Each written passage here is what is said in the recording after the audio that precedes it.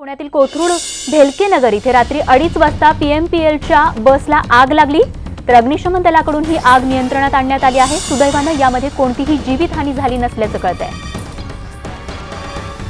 तर अग्निशमन दलाकडून ही आग नियंत्रणात आणण्यामध्ये यश आलेलं आहे। अचानक या बसला आग लागली, तर ही आग लागण्याचं नेमकं कारण काय आहे हे जाणून घेण्यासाठी आपण थेट जाणार आहोत वैभव सोनवणे आमचे प्रतिनिधी पुण्याचे। वैभव, नेमकं बसला आग लागण्याचं कारण काय कळतंय?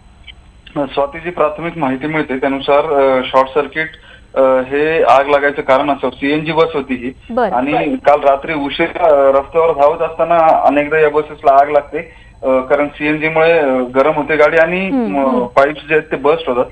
मात्र काल रात्री बऱ्यापैकी वातावरण थंड असताना अचानक सीएनजी लीक होऊन तो शॉर्ट झाला असावा आणि त्यानंतर बसला आग लागली असावी अशी शक्यता जी आहे ती अग्निशमन दलाकडून व्यक्त केली जाते। मात्र काल रात्री सुदैवाने या बसमध्ये कुणीही नव्हतं आणि बस रस्त्याच्या बाजूला उभी होती, त्यावेळेस ती आग लागल्यामुळे कुठलीही जीवितहानी झालेली नाहीये। अग्निशमन दलानं तातडीने 1 तासाभरातच या आगीवरती नियंत्रण मिळवलं होतं।